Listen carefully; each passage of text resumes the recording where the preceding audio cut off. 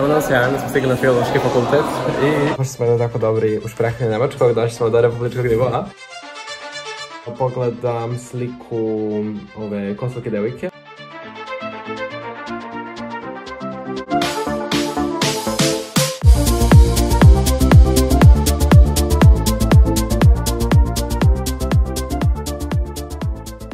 Zdravo ljudi, moje ime je Jakov i dobrodošli u novi video. I danas se nalazimo u hotelskoj sobi, kao što se da vidjeti iza mene.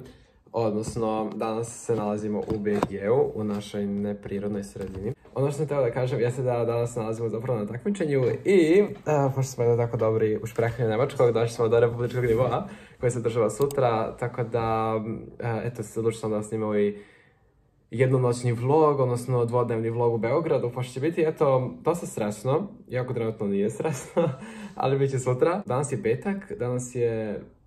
koji je nazvan? 12. Mislim je 12 danas.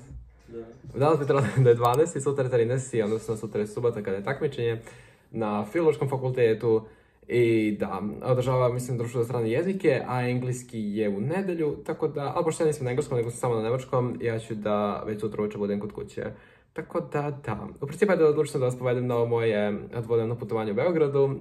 Vidjet ćemo kako će na kraju sve to ispasti, kako će ispasti ovaj vlog. Pretpostavljam da će biti 2-3 minuta dugačak, tako da eto, uživajte ovo 2-3 minuta. I da, nema da li želiš nešto da kažeš za vlog? Nemam ništa. Inače, ovo sam u hotelu Rex. I da, evo iza mene je prozor. Da vidjeti po zavisama. Može da se uskoči kroz prozor. Da, može da se uskoči kroz prozor, zato što su stepenice odmah ispod prozora koje vode zapravo od ulice. Što je jako interesantno, ćemo i na prizemlju. Ali dobro, uglavnom vidimo sad na večeru, pa se mi vidimo sutra na novom danu i da. Inače, moje planovi za sutra jesu da, ako budem imam dovoljno vremena, da odemo u Knez Mihajlovu i da pogledam sliku ove kosovke devojke, pošto sam čuo da je besplatno zapravo ući i vidjeti taj deo, odnosno da je slika, pretpostavljam i cijelu izložbu. I volim da se prošetam Ikeom, tamo kod Novog, odnosno ne kod Beograda vodi. U principu eto nas da ću sve to uspjeti da odradim, da ću snimiti, a mi se vidimo malo kasnije. Bum. Upravo smo izašli iz sobe i idemo u noćnu šetnju po Beogradu.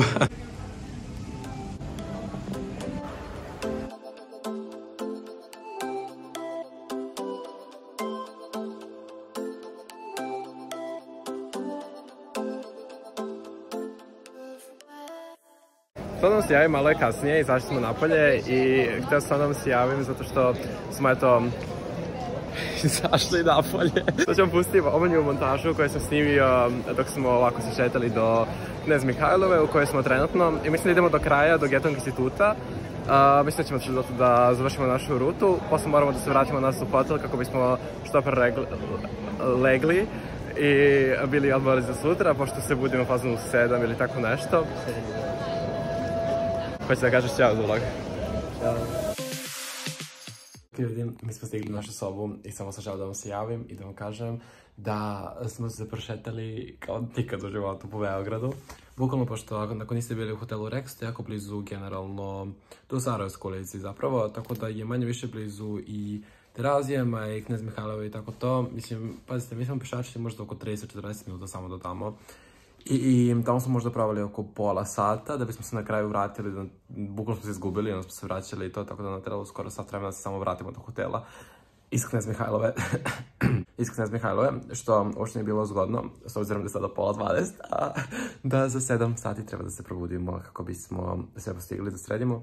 Tako da da, možda se uzem nešto još malo da obnovim, što se tiče reči i generalno stvari za test, ali u principu nema tu šta mnogo i evo, spremamo se polako za spavanje, tako da to je to. Ovako izgleda moj deo.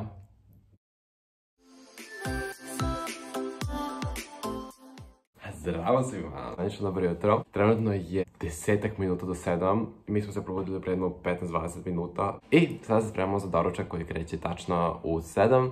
Traje pola sata i do 7:30 i nakon toga se vraćamo u sobe kako bismo zapravo proveli da smo nešto zaboravili, da se popakujemo i tako to, spakujemo stvari. I onda u 8 ulazimo u autobus i krećemo ka Filološkom fakultetu. Takmičenje kreće zvanično u 10, a ja mislim da oko 9 kreće raspored po učionicama i tako to.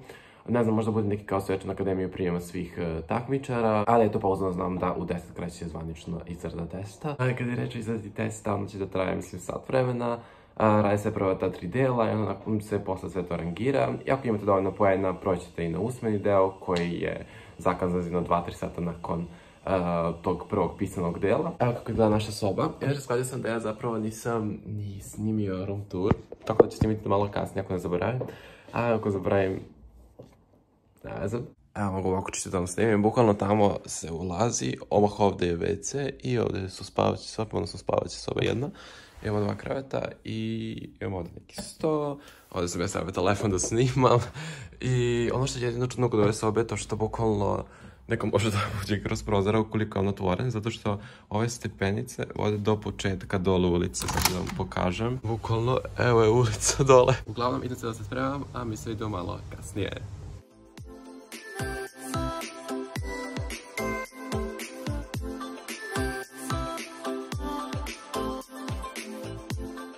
Samo da vam se javim da smo stigli na Filološki fakultet i imamo sad neko predavanje u jednu od velikih sala, kako sam razumio, za sve zapravo takmičare. I nakon toga nam takmičenje kreće u 10, a sada je fazom pola 9. Idemo na predavanje, ušli smo u fakultet koji je jako veliki, da se vidimo kasnije.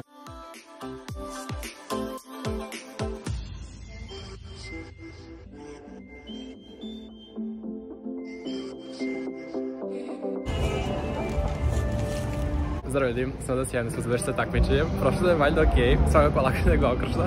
I evo sad smo uzeli lunch pakete i idemo Knez Mihajlovu da pogledamo zapravo originalnu sliku Kosovke devojke, jer je izložba zapravo besplatna i snimamo kao što ćemo da radimo još, jer su preliminarni rezultati fazom tek u 1, tako da imamo vremena.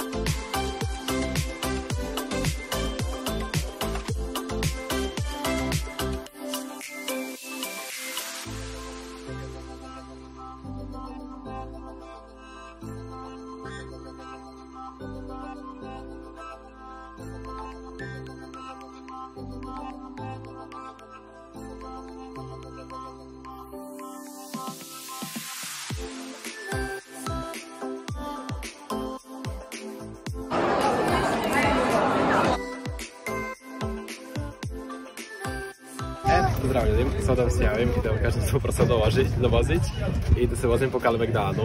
Takmičenje se završilo pre jedno možda sat vremena i sad se čeka zapravo drugi deo takmičenja na koje ja nisam prošao. Tako da, sve sam u voz.